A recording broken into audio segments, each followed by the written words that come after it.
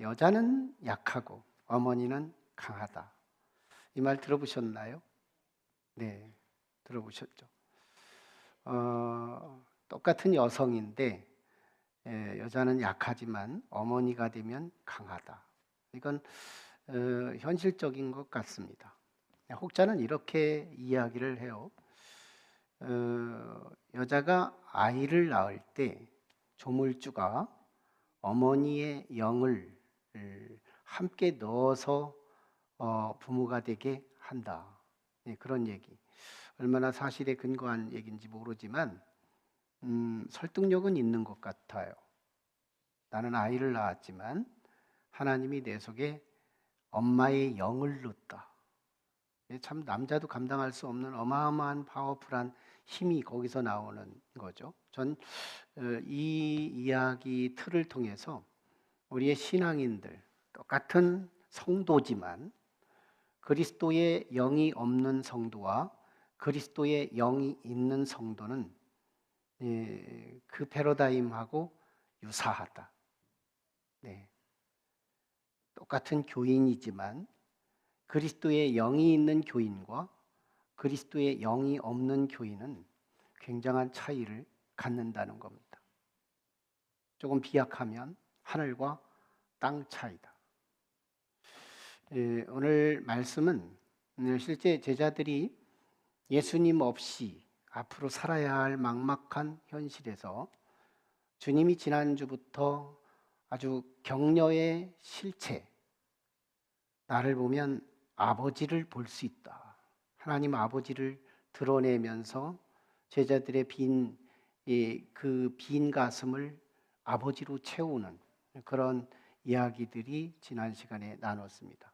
이번 시간에는 적어도 내가 떠나지만 너희에게 영원한 관계가 되는 비밀 하나를 알려주겠다 하시면서 한 가지를 선포하고 드러내는 그런 말씀이 소개돼요.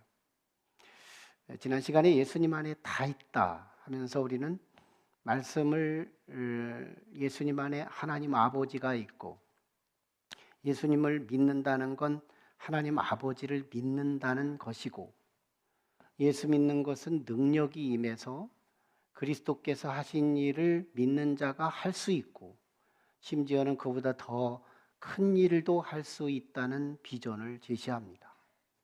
그리고 너희가 내 이름으로 무엇이든지 구하면 내가 시행하리라 이런 말씀도 주셨어요.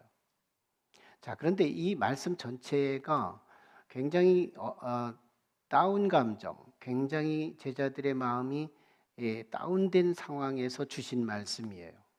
오늘도 계속되는 말입니다. 오늘 12절에 보면 하반절에 내가 아버지께로 감이라 이 말도 계속하고 있어요. 아버지께로 감이라. 이 말의 메시지는 제자들은 아직 실감하지 못하지만 나는 조금 있으면 잠시 후 하루도 아니에요. 지금 성목요일 저녁 밤이고 그래서 조금 있으면 몇 시간 있으면 이제 체포당하는 그런 상황입니다. 가룟 유다는 배신하고 자신은 체포당하고 그리고 대제사장의 뜰에서 빌라도에게서 헤롯에게서 축구공처럼 이리 끌리고 저리 끌려다니면서 신문을 당하고 비아돌로르자 고난의 길을 걸어가시고 그리고 갈보리산 십자가에 6시간 동안 고난을 당하여 죽었다가 부활하시고 다시 승천하여 올라가는 이 이야기가 나는 아버지께로 감이라 이 말 속에 다 들어있어요. 네. 오늘 18절 19절에도 오늘 본문의 분위기도 다운 감정 속에서 주시는 말씀입니다.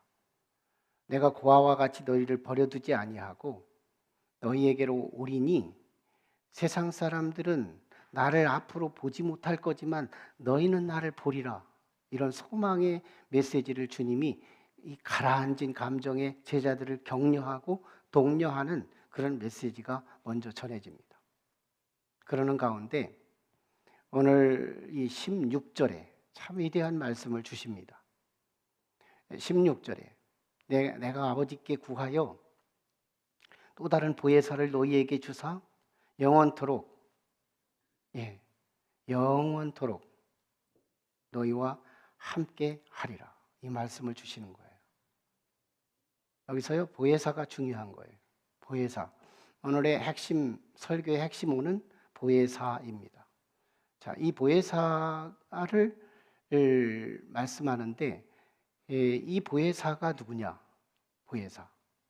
이것을 헬라 시대의 법정에서 시작된 개념인데요. 용례로 사용할 때 법정에서 내가 피고가 돼서 법정에 서면 피고 옆에 누가 서는데 나는 법적인 용어도 모르고 내 상황을 법적으로 유리하게 진술하기도 어려울 때 나를 대신해서 옆에 서서 나를 대신에 말해주고 나를 대신에 싸워주는 사람, 그게 변호사예요. 이 보혜사는 변호사입니다.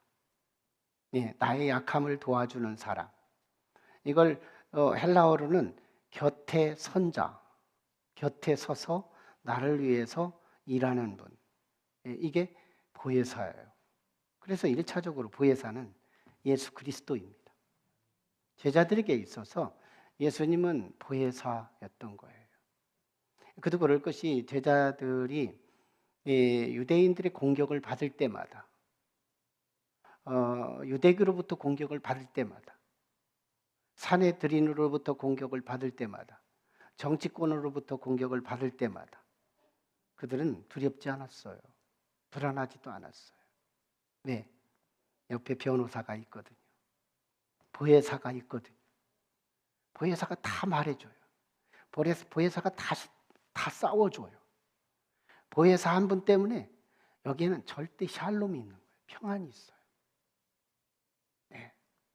자, 그런데요, 주님이 오늘 16절에서 뭘 말하느냐 하면 내가 아버지께 구해서 또 다른 보혜사를 너희에게 주겠다. 또 다른 보혜사를 주겠다는 거예요. 여러분, 보혜사는 뭐고 또 다른 보혜사는 뭘까? 보혜사는 둘인가? 네, 둘이에요. 성령입니다. 또 다른 보혜사. 이걸 영어 성경에서는 헬퍼로 사용되고 있어요. 내 곁에 서서 나를 돕고 있는 분, 그게 보혜사인 거예요.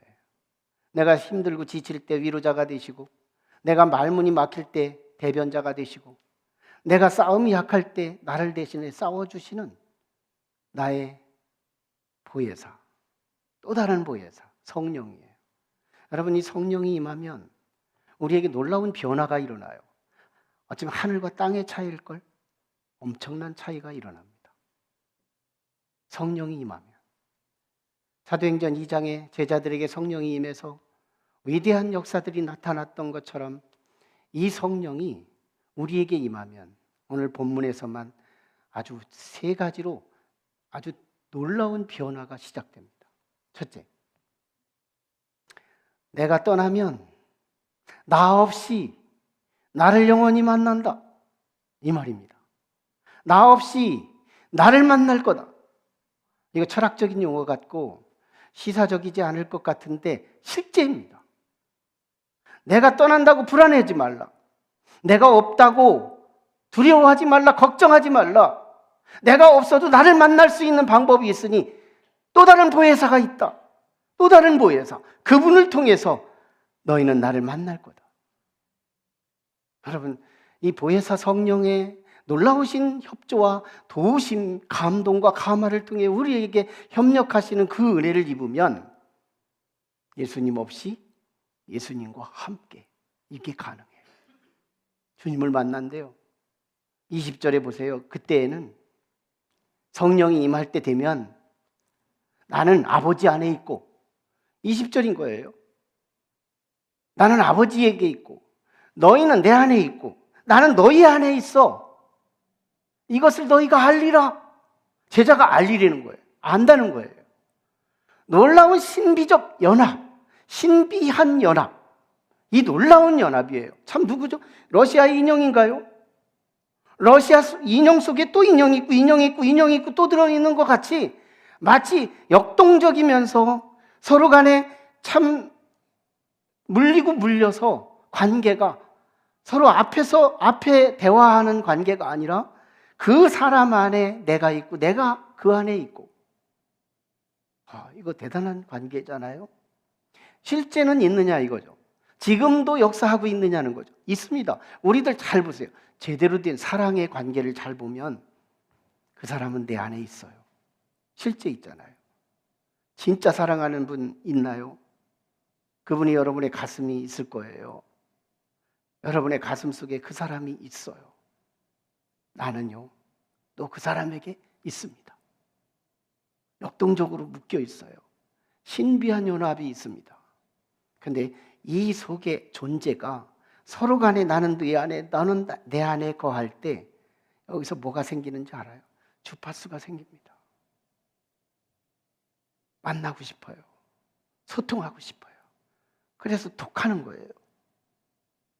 그리고 문자하는 거예요. 그리고 전화하는 거예요. 그리고 만나는 거예요. 그리고 밥을 먹는 거예요. 그리고 사랑하는 거예요. 속에 네가 내 안에 있고 내가 네 안에 있을 때 이 모든 현상들은 톡과 이 문자와 전화와 만남과 식사와 동행하는 모든 일들은 서로 간의 가슴 속에 그가 있기 때문에 가능하다는 거예요. 이걸 주님이 20절에서 말씀하는 거예요. 내가 없어도 괜찮아. 두 번째, 또 다른 보혜사가 오셔서 너를 도우면 나를 계속 만날 수 있어. 언제? 영원토록 내가 너희와 함께 있으리라. 그러니까 너희가 불안할 게 없어. 차라리 기뻐할 수밖에 없는 거야. 이런 얘기예요. 두 번째입니다. 보혜사 성령이 우리에게 함께 하시면 내가 없어도 너희가 나를 사랑할 수 있어. 그리고 내 말을 실천할 수 있어. 이런 말이에요. 참 너무너무 철학적인 모습 같아서 실감이 없지만 현실은 그대로 진행됩니다. 또 다른 보혜사 성령이 우리를 도와주시면 예수님이 2000년 전에 어떻게 2000년 타임머신 타고 가나? 그리고 팔레스타인은 낯선 공간을 찾아가야 되나? 아니에요. 이건 실존적 관계다. 실존 철학에서 다루어지는 얘기인데요. 이 실존은 사실보다 더 궁극적이에요. 그래서요, 2000년 전에 그분과 내가 소통합니다. 나는 그분을 사랑할 수 있고 그분이 나를 사랑할 수 있는 거예요. 이게 영적인 능력입니다. 육체는 그 시간 앞에 있는 사람에게만 영향을 주지 저 멀리에 있거나 나하고 조금만 거리만 떨어져도 영향을 미치지 못하는 것이 육체의 한계라면 영적인 능력은 여기서 미국을 컨트롤하고 미국에서 여기를 컨트롤할 수 있는 힘이 생긴다는 거예요. 지금 예수님께서 패러다임을 바꾸는 거예요. 내가 너희에게 여기서 겨자씨처럼 내가 실물로 너희에게 영향을 주었지만 이제 앞으로는 우리를 돕는 또 다른 보혜사 성령이 우리 가운데 각 사람에게 들어가면 이제는 내가 영향을 주는 영향은 아무것도 아니야. 앞으로 영원토록 너희는 나를 사랑하고 나는 너희를 사랑할 거야. 이 얘기고요. 이거 위대한 일입니다. 이 복음이 우리에게 주시는 거예요. 성령. 자, 근데요, 우리가 주님을 사랑할 수 있긴 한데 주님 사랑해요, 주님 사랑해요, 주님 사랑해요 10번, 100번, 1000번을 해도 증거가 있어야지. 사랑은 증거가 필요한데 그 증거가요, 오늘 본문은 계명을 지키는 거래요. 계명을 지키는 거, 즉 순종입니다. 지난주가 기도에 대한 말씀이 나왔다면 이번 주는 우리에게 신종왕국의 두 번째 코드, 바로 순종입니다. 오늘 15절부터요. 그리고 21절, 23절, 24절, 31절 똑같은 말씀이에요. 너희가 나를 사랑하면 내 계명을 지키리라. 너희가 나를 사랑하면 내 계명을 지키리라. 아, 사랑의 증거는 말씀을 들으면 움직한대요. 사랑은 생명이요. 그래서 서로 살아있는 관계 속에 있다면 말씀을 들으면 반응하기 시작한대요. 순종합니다. 참 우리가 서로 간에 사랑하는 관계가 있다면 집에서 뭐 남자들이 설거지도 하고 심지어는 밥도 요리도 한다는데 내 앞에서는 하지 말았으면 좋겠어. 아무튼 왜 그게 정상인 것이, 사랑하는 자에게 명령을 내가 순종해요. 나는 너에게 순종하고 나는 너에게 순종하고. 사랑의 증표예요. 사랑의 증거다. 이런 부부가 되기를 원합니다. 이런 가족들이 됐으면 좋겠어요. 내가 너와 사랑한다면 너는 내 말을 들어주고, 네가 나를 사랑한다면 너는 내 말을 들어주고, 서로 들어주고 순종하는 관계. 주님은 이거 영원한 진리 속에서 선포하고 있습니다. 근데요, 순종하면 두 가지 축복이 임해요.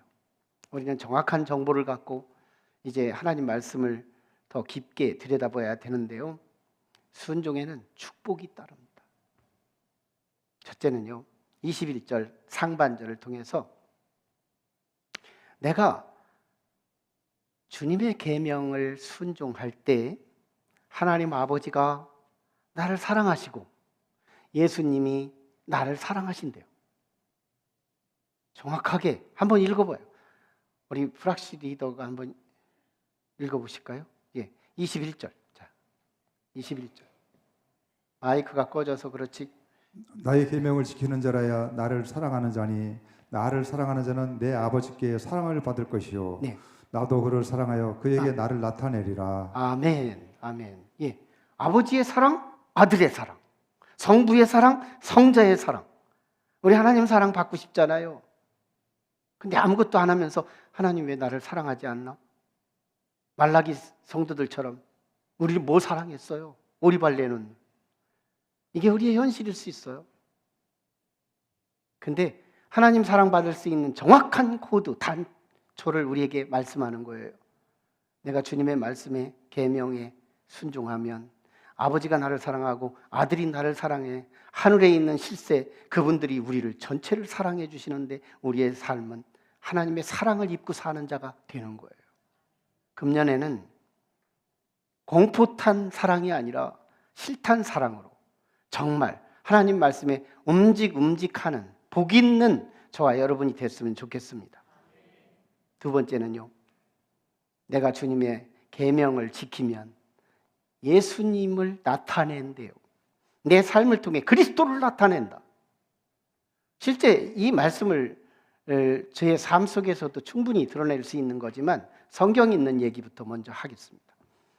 모세가 홍해 앞에서 백성들이 옵지졸이고 원망 불평하고 있을 때 하나님께 기도합니다. 하나님 어떻게 해야 돼요? 우리는 사면초가예요. 그때 하나님이 모세에게 말씀합니다. 네가 가지고 있는 지팡이를 바다에 내리라. 순종했습니다. 바다가 쫙 갈라집니다. 이거 모세가 할 수 있는 일이 나타났나요? 하나님이 할 일만 나타난 거예요. 모세가 할 일이 나타난 게 아니에요. 하나님이 할 수 있는 수준의 사건이 벌어진 거예요. 네가 순종하면 나를 나타내리라. 내가 나타나리라. 여호수아가요, 여리고성 이 요단강을 가르고 여리고성을 무너뜨리는데 하나님 말씀 그대로 계명 따라 순종을 합니다. 근데 여리고성이 와그르르 무너집니다. 이거 여호수아의 힘으로 무너뜨릴 수 있는 일인가요? 그냥 순종만 했더니 하나님이 할 수 있는 일만 나타난 거예요. 이 놀라운 일입니다. 어느 아동부에서 아이들이 성경 공부를 하는 것 같아서 원로 목사님이 이렇게 아동부 신방을 가가지고 물었대요. 아이 하나를 붙들고, 얘야, 여리고성 누가 무너뜨렸니? 얘가 막 울먹이면서 제가 안 했어요. 제가 안 했어요. 너무너무 당황하는 모습을 보이는 거예요. 그러자 옆에 있던 친구가 얘는 안 했어요. 내가 아침부터 저녁까지 나하고 같이 있었거든요. 그래서 선생님한테 물으니까요, 맞습니다. 얘는요 원래부터 착해서요 절대 그럴 아이가 아니에요. 너무 기가 막혀서 목사님 재정부 장로님한테 물어봤대요. 우리 허중 장로님 말고 장로님한테 물었더니 장로님이 이렇게 대답하대요. 그거 무너진 거 우리 재정 예산에서 세웁시다.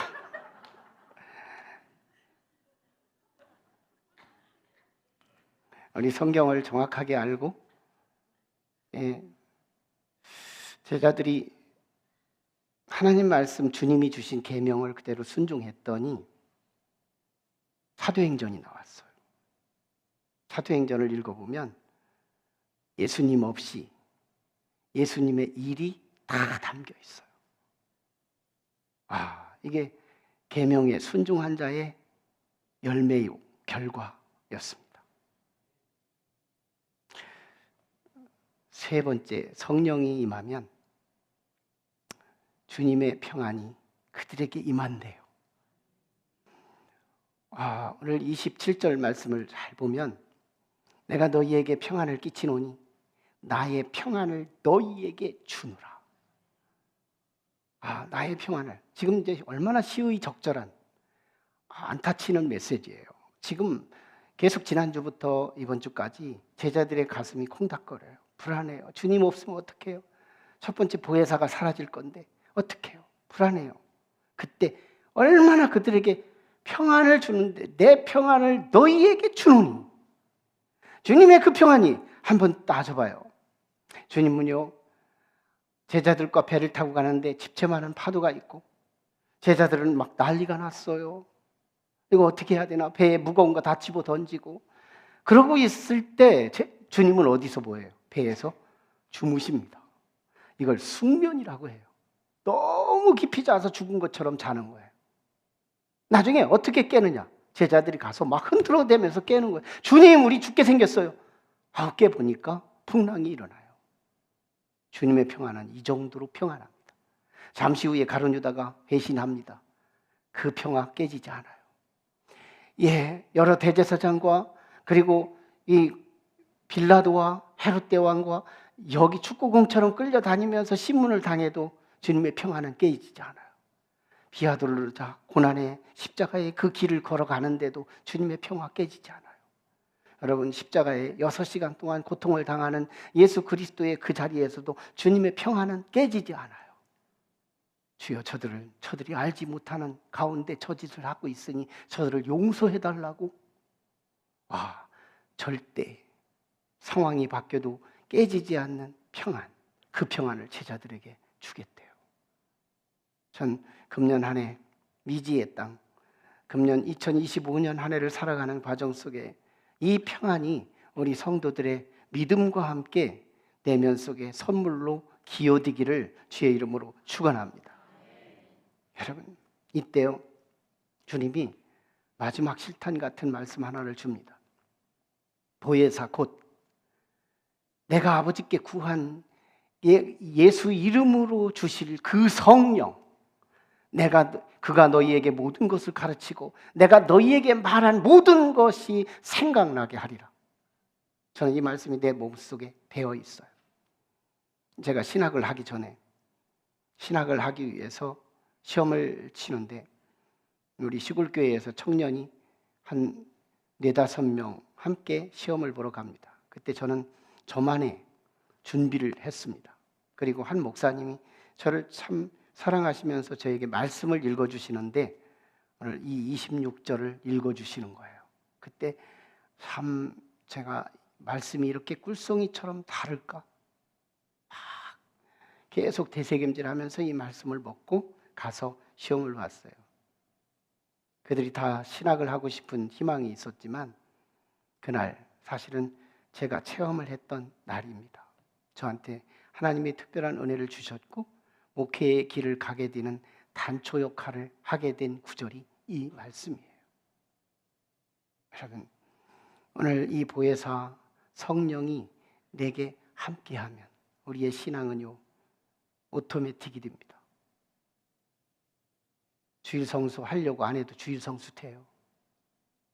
기도하려고 마음 먹지 않아도 기도가 돼요. 말씀을 들으면 움직하는 거 이거 저절로 돼요. 오토매틱이에요. 언제 스틱으로 운전하고 원행을 할 수 있어요. 어떤 상황에 1단 넣을 거예요. 어떤 상황에서 2단 넣고 갈 거예요. 4단은 언제 넣을 거예요. 이거 신경 쓰다가 여행은커녕 지치고 말 거예요. 오토매틱. 내게 곁에 서서 또 다른 보혜사 되신 그 성령이 내 신앙을 도울 때 오늘은 주일 성수야, 나를 가이드해요. 오늘은 기도하는 거야. 네가 주님과 살아있는 관계라면 주님께 묻는 거야. 듣는 거야. 묻고 듣는 거야. 그리고 말씀에 순종하는 거예요. 여기서요, 율법과 복음의 차이가 있습니다. 율법도 순종을 요구하고 복음도 순종을 요구합니다. 율법은 순종이 벌받기 싫어서 순종합니다. 그리고 100% 순종해야 구원이지, 하나라도 놓치면 구원이 탈락됩니다. 그래서 율법적 순종은 스트레스가 임하고 모든 지병들이 나를 찾아오게 돼 있어요. 결국은 사망입니다. 우리는 율법적 순종을 말하는 게 아니에요. 복음에서 순종은 새롭게 태어난 존재에게, 새 존재, 거듭난 사람에게 들리는 대로 순종하는 거예요. 들리는 대로. 성경 전체를 십자가 질 필요도 없어요. 오늘 설교 속에서 안 들린 건 안 해도 괜찮아요. 실수한 건 십자가가 커버해요. 그러나 감당한 건 주님의 면류관과 상급이 반응해줘요. 그러므로 그리스도인은 진리 안에서 자유합니다. 들린 것만 하는 거예요. 아마 금년에 와서 우리가 들린 게 있다면, 네, 기도일 거예요. 순종일 거예요. 그리고 오늘 핵심, 성령일 겁니다. 이제 앞으로 건강 달라고 기도할 때 그거부터 하지 말고 성령부터 구하고 건강 달라고 하셔야 하고, 평안 달라고 기도하기 전에 성령부터 구하고 평안 달라고 기도하고, 승진을 요구할 때 승진부터 기도하지 말고 성령부터 달라고 기도하고, 모든 일에 성령의 경쟁자들이 되기를 주의 이름으로 축원합니다. 성령이 일어나면, 성령께서 내 곁에 서서 나의 또 다른 보혜사의 역할을 하시면 우리는요, 위대한 일을 하는 거예요. 저는 이렇게 비유하고 싶어요. 옆에서는 포크레인을 가지고 일하는 사람하고 호미를 가지고 내가 밭을 매는 사람하고 이 계산을 비교해 보자는 거예요. 호미 가지고 밭을 매는 사람, 포크레인을 가지고 밭을 일구는 사람. 난 성령의 사람이 포크레인 가지고 있는 사람과도 비근하다고 믿습니다. 우리의 신앙이 위대해질 수밖에 없는 이유는 성령, 또 다른 보혜사, 그분 때문에 우리 안에서 일하게 되는 줄로 믿습니다. 여러분, 미국에서요, 가장 저주가 무엇이냐 이렇게 묻고 대답할 때 욕이라고 하지 않습니다. 육두문자로 욕을 하면서 욕을 저주로 하지 않고 그보다 더 강한 저주의 어투가 있는데, 성령 없이 예수 믿고 성령 없이 목회하라. 이 멘트가요, 가장 큰 저주랍니다. 언뜻 들을 때는 반감이 없어요. 왜? 예수 믿으라니까요. 코로나 때보다 더 후하잖아요. 예수 믿으라니까요. 목회하라니까요. 그런데요, 네가 착한 일 다 하고 지옥 가라 그 말이에요. 이거 저주거든요.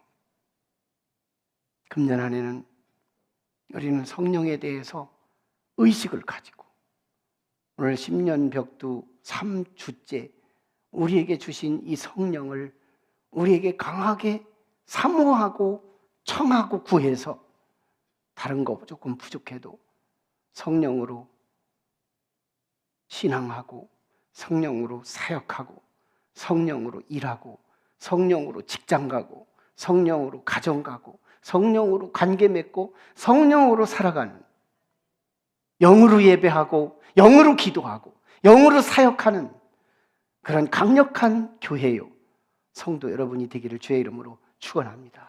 기도하시죠. 우리 함께